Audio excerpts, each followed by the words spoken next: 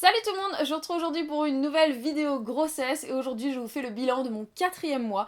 Déjà 4 mois de grossesse de passé, soit 17 semaines. C'est fou ce que le temps passe vite. Enfin en tout cas passer le premier trimestre parce que le premier trimestre s'est passé très lentement, pour moi en tout cas, parce que nausées, fatigue, brûlure d'estomac, j'étais tout le temps pas bien, en plus je voyais pas mon ventre pousser, j'étais chaque matin en train de me regarder dans la glace, je me dis mais il est où, mais il est où, mais il est où. Elle se voit pas, on a la grossesse qui se voit pas alors qu'on la ressent, on n'est pas bien et personne ne le voit et personne ne comprend pourquoi on n'est pas bien parce que personne ne voit qu'on est enceinte. C'est très frustrant.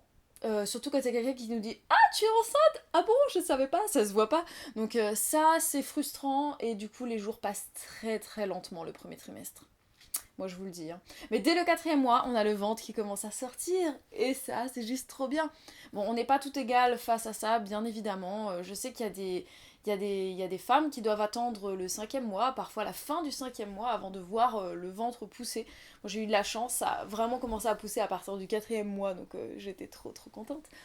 Mon 4e mois, si je peux faire un bilan, c'est qu'il a été biphasé. Voilà, il était bigou. Donc c'est-à-dire que la première moitié de mon 4e mois, était, comment dire, disparition de tous les mauvais symptômes du premier trimestre, donc c'est-à-dire plus de nausées, plus d'envie de faire pipi, plus mal au sein, plus de brûlure d'estomac, plus de fatigue constante toute la journée.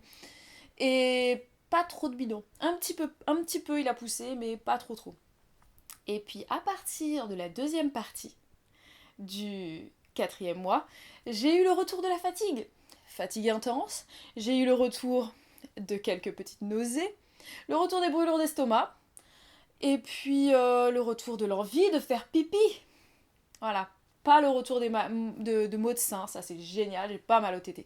Par contre, oui, j'ai quelques nausées, et je pense que c'est parce que j'ai constamment faim en fait. J'ai faim tout le temps, tout le temps, tout le temps, tout le temps.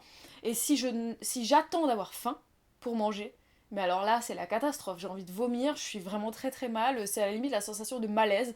Donc il faut surtout pas attendre d'avoir faim pour manger quand on est enceinte, parce que ça, sinon on est malade quoi. Donc du coup, je mange plus. Je vous parlerai de mes envies alimentaires dans une prochaine vidéo. Je pense la semaine prochaine, je vous ferai un tag grossesse que j'ai trouvé, que je trouve trop bien. Donc je vous le ferai la semaine prochaine.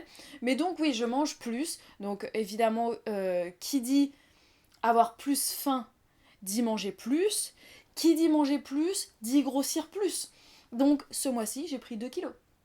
C'est beaucoup, on dit que normalement on prend 1 kilo par mois pendant la grossesse. Très sincèrement, je me base pas trop là-dessus, je sais que ça dépend vraiment du poids qu'on fait au départ. Et puis moi, ça a été un petit peu particulier parce que en fait, le premier trimestre, j'ai perdu du poids.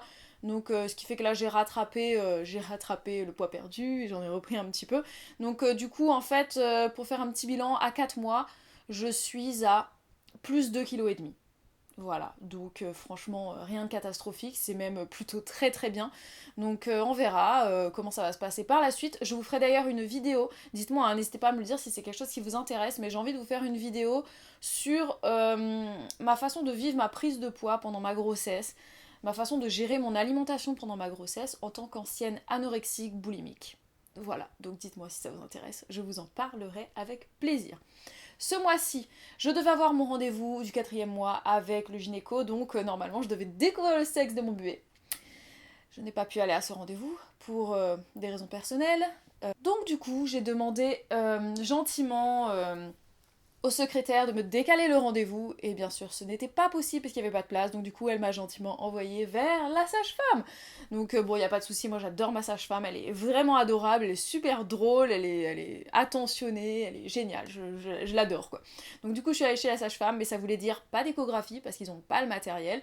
Donc du coup, eh ben écoutez, je n'ai pas pu voir le sexe de mon bébé. Mais par contre, on a écouté son cœur. Et d'après les battements de son cœur, elle m'a dit, ils sont très rapides, c'est une fille. Et elle m'a dit, vous viendrez me voir pour me dire si j'ai eu raison ou pas. Donc voilà, on le saura malheureusement que le 21 mai, avril. Quand? Non, avril. On le saura le 21 avril. Donc je vous le dirai, ne vous inquiétez pas. Et puis ce mois-ci, sinon vraiment dans les choses très agréables qui se sont passées, parce que bon, il n'y a pas que des désagréments dans la grossesse, heureusement d'ailleurs. J'ai commencé à voir mon ventre vraiment sortir. Donc je pense que vous l'avez vu puisque je vous partage quelques photos sur Instagram, sur Facebook ou sur Snapchat même. Donc oui, mon ventre a poussé à partir de la 15e semaine, il me semble que c'était juste après le salon du fitness en fait. Ça a poussé, pouf, c'est sorti. Je pense que c'est pour ça que j'ai tout le temps faim aussi, c'est parce que bébé a beaucoup grandi. Donc il y a eu un pic de croissance et ça se voit très très clairement. Donc on n'est pas tout égal face à ça, il y a des femmes qui grossissent, enfin, qui prennent du ventre plus vite que d'autres. Moi ça a été, voilà, ça a été le 4e mois, là bim, ça s'est sorti, je suis trop contente. Donc j'ai pu faire mes premiers achats maternité. Je me suis acheté mon premier legging de grossesse. Je voulais prendre un pantalon, mais j'ai pris un pantacourt parce que je suis complètement teubée depuis que je suis enceinte. Je perds véritablement mes neurones et le pire c'est que je l'ai essayé en cabine d'essayage et j'ai pas fait attention, j'ai même pas remarqué que c'était un pantacourt. Je vous dis, il y a des trucs qui sont déconnectés là-dedans, c'est vraiment impressionnant. J'ai commencé également à sentir bébé bouger à partir de la 15e semaine. Donc au départ, je le sentais se déplacer, je sentais quelque chose se déplacer comme ça sous mon ventre. C'était trop génial, surtout dans le bas du ventre, surtout allongé le soir, au calme. Et à partir de la 16e semaine, vraiment j'ai commencé à sentir des petits coups, c'était trop trop bien.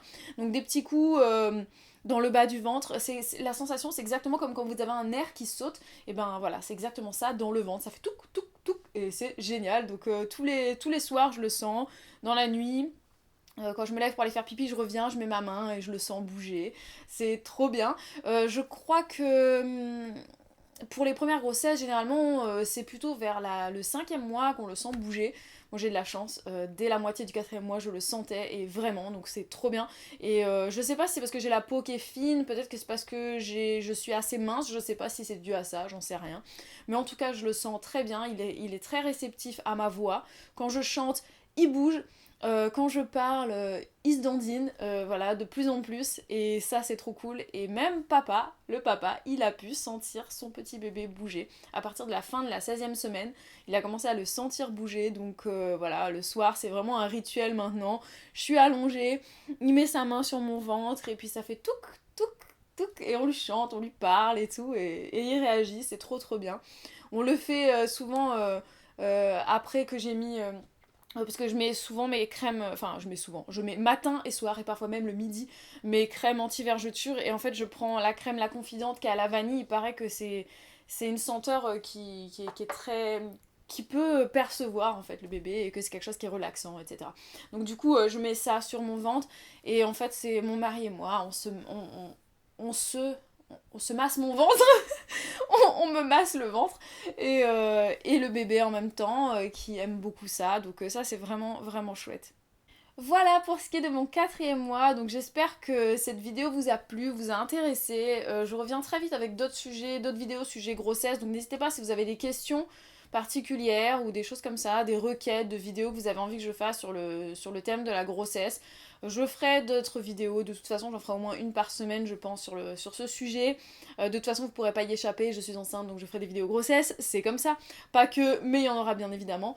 Et puis sinon je vous fais un petit point bidon, donc voilà, je vais vous laisser avec des images de mon ventre actuellement à 4 mois, à 17 semaines.